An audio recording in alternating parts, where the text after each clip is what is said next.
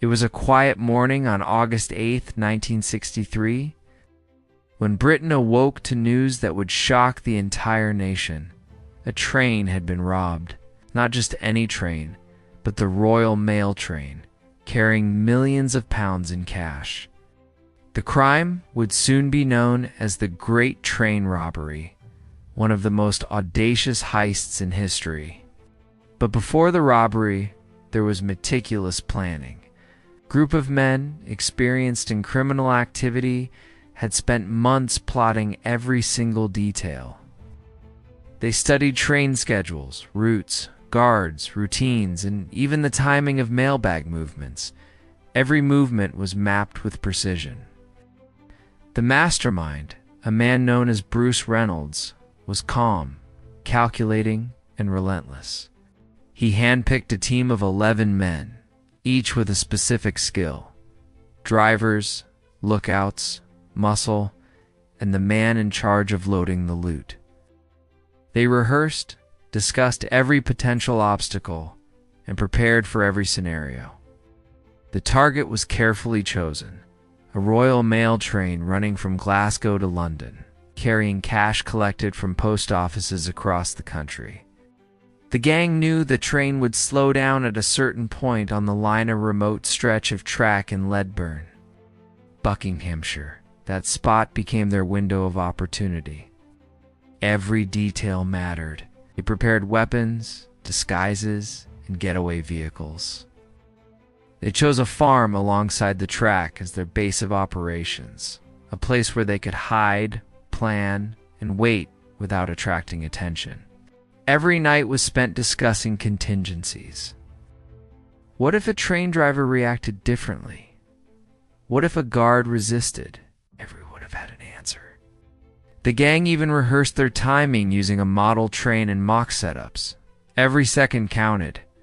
They calculated that the train would stop for just minutes, and in that time they needed to stop it, get the cash off, and escape without leaving a trace. They also studied the police.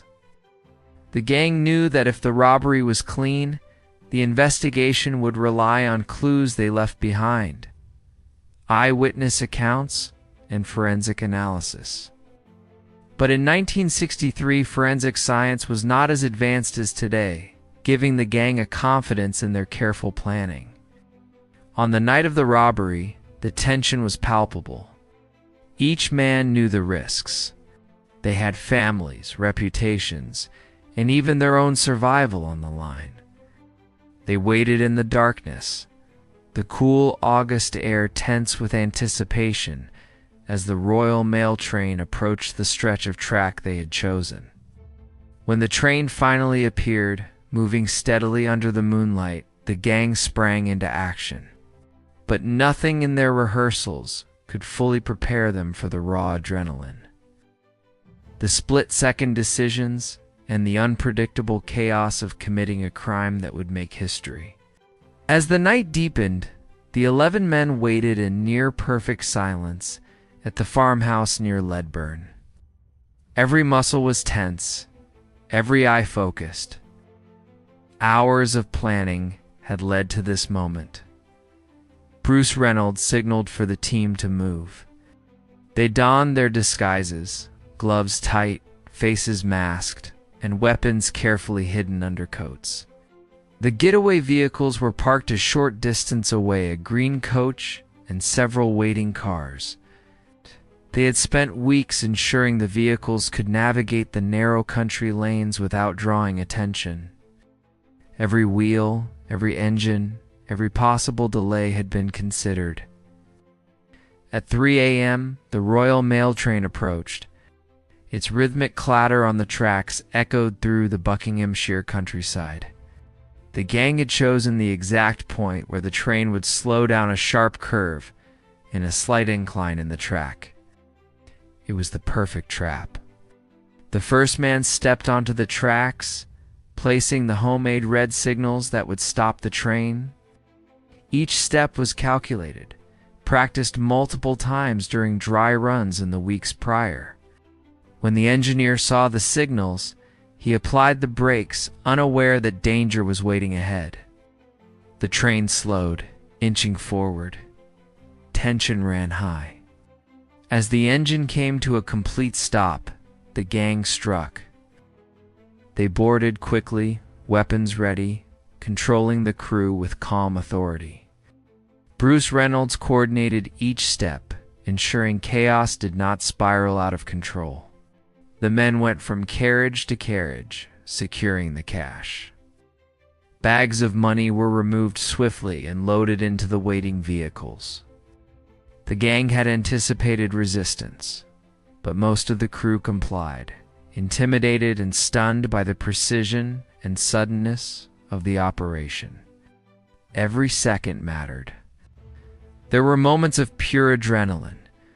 One of the gang narrowly avoided being seen by a guard climbing to check the mailbags. Another man almost dropped a heavy canvas sack that contained thousands of pounds. Yet years of preparation allowed them to act quickly, silently, and efficiently. Outside, the countryside remained dark. The only sounds the clatter of the train, the rustle of their coats, and the occasional distant bark of a dog. The gang's movements were choreographed to the tiniest detail. Each man knew exactly where to go, which bag to grab, and which exit route to take. After roughly 30 minutes, all the cash had been secured. The bags were heavier than expected, and the men struggled to load them onto the vehicles, sweat and adrenaline mixing in the night air. Every eye was alert. Any noise could alert a nearby farmer, a passing motorist, or worse, the police. Finally, the last bag was loaded. Bruce Reynolds gave the signal. The gang scattered, moving with precision along the planned escape route. They split into small groups to avoid attracting attention and reached the safe farmhouse where the vehicles waited. But tension did not end there. As the gang drove away through narrow lanes, the distant sound of police sirens cut through the night. One of the getaway cars had been spotted by a passing motorist, and the gang had to improvise a new route. Tires screeched, engines roared, and the countryside became a battlefield of wits, speed, and nerves. Every moment was critical. One wrong turn could lead to capture, and the reward of millions of pounds might vanish in an instant. Yet the gang's planning, skill, and sheer luck allowed them to evade the first wave of police pursuit. They reached the first safe house, hearts racing, adrenaline still pumping, each man aware that the danger was far from over. The aftermath of the robbery was immediate and shocking. The news of the train robbery spread across the country within hours.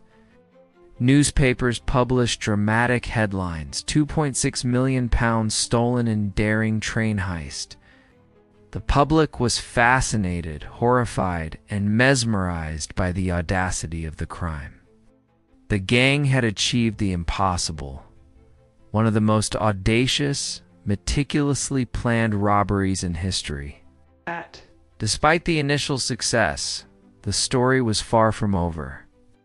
The police investigation would soon reveal cracks in the gang's plans, mistakes made in the heat of the moment, and the relentless pursuit that would eventually lead to arrests and betrayals. And for the public, the mystery of how ordinary men could pull off such a crime created endless fascination. The story became a tale of clever strategy, daring risk, and human drama captivating generations, inspiring books, films, and documentaries for decades to come. As dawn broke over Buckinghamshire, the adrenaline of the robbery began to fade, replaced by a tense awareness. The authorities would soon be on the hunt. The gang, flush with the spoils of millions of pounds, knew the success of their heist depended on remaining invisible. Every move they made had to be calculated, every contact scrutinized, and every conversation cautious. Despite their careful planning, mistakes were inevitable. Some of the gang members became complacent, flaunting their new wealth in local pubs and social circles. Others communicated carelessly, unaware that law enforcement was piecing together information from witness statements, tire tracks, and sightings of unusual activity on the night of the robbery. The police investigation was relentless. Scotland Yard and local constables coordinated efforts across counties, tracing every lead. The robbery had been audacious, yes, but it had also left subtle clues. From abandoned vehicles to fingerprints, and even tiny inconsistencies in the gang's stories. Detectives began weaving a net that would tighten slowly but surely around the perpetrators. As weeks turned into months, internal tensions among the gang members began to rise. Suspicion and paranoia spread like wildfire. Who had been careless? Who might betray the others to save themselves? These fractures would ultimately prove as dangerous as the police themselves. One of the first major breakthroughs came when a gang member, under pressure from mounting evidence and fear of arrest, made a careless mistake.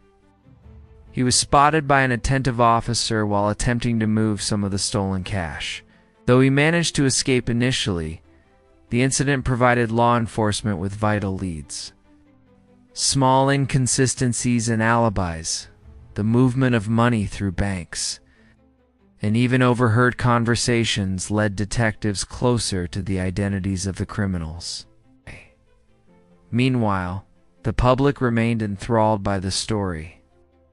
Newspapers splashed front-page headlines with daring details: how a gang of ordinary men could stop a train, subdue the crew, and escape with millions.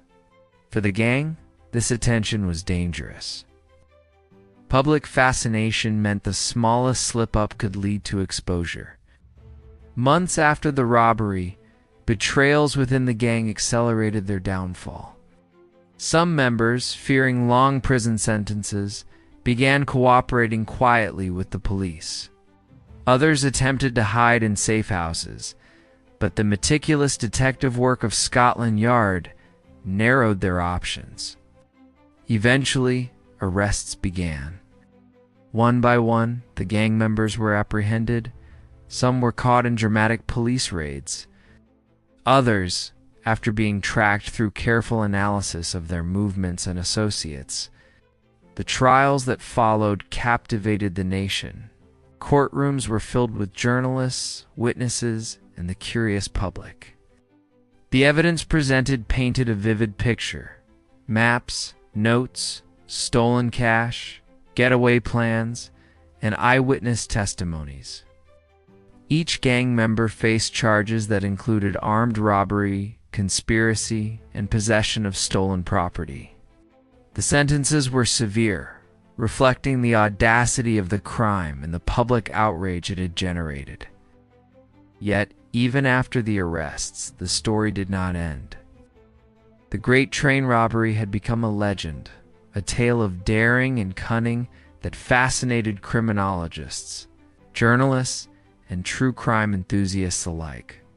Books were written, films were made, and the narrative of ordinary men executing an extraordinary crime captured imaginations worldwide. For the surviving gang members, life after prison was never the same. The notoriety of the crime haunted them. Some attempted to live quietly, while others struggled with fame, regret, and the legal consequences of their actions. Families of victims and the public watched as the final pieces of the story unfolded, a reminder of the fine line between cleverness and criminality. Even decades later, the Great Train Robbery remains a benchmark in criminal history. Law enforcement studies it to understand planning, human behavior under stress, and the consequences of criminal activity. True crime storytellers continue to recount the tale, emphasizing lessons in strategy, caution, and the unpredictable nature of human greed and ambition. But in the end, the Great Train Robbery was more than a crime. It was a human drama. It was about ambition, risk, loyalty, betrayal, and the consequences of choices made in the shadows of the night.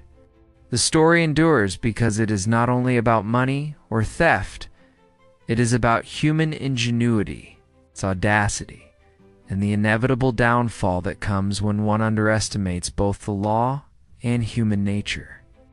The lessons remain clear. Meticulous planning can lead to temporary success, but human error, hubris, and the relentless pursuit of justice ensure that no crime, however brilliantly executed, remains hidden forever. And so, the story of the Great Train Robbery stands, etched in history, a saga of daring, suspense, human drama, and the ultimate triumph of law over criminal cunning.